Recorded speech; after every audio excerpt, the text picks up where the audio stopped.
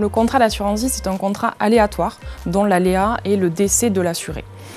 L'aléa, une fois qu'il s'est produit, c'est le dénouement du contrat d'assurance vie et c'est à ce moment-là que les capitaux vont être versés à des bénéficiaires. C'est là qu'entre en jeu donc la clause bénéficiaire et cette rédaction de clause bénéficiaire qui nous permet de savoir qui vont être les personnes gratifiées et qui vont percevoir les capitaux de ce contrat d'assurance vie.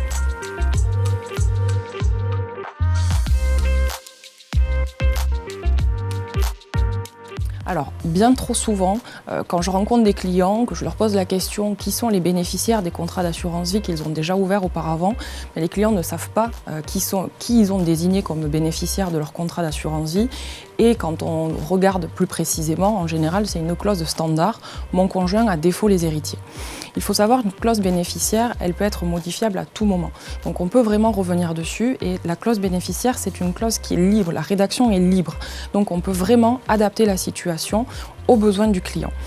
Par exemple, un client qui me demande de protéger son conjoint, on va pouvoir mettre en place une clause bénéficiaire démembrée dans laquelle on va pouvoir transmettre l'usufruit des capitaux au conjoint survivant avec mise en place d'une convention de quasi-usufruit et la nue propriété aux enfants. Ça nous permet au conjoint survivant de disposer des capitaux jusqu'à son décès.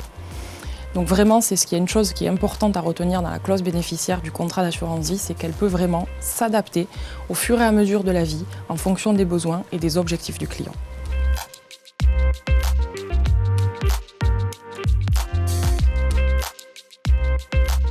Alors, la rédaction de la clause bénéficiaire, elle vient en dernier. C'est-à-dire que vraiment, mon rôle au départ, quand je rencontre un client, c'est de définir avec lui quels sont ses objectifs, quelle est sa stratégie de vie, pour ensuite bâtir des stratégies patrimoniales qui correspondent vraiment à ces objectifs-là.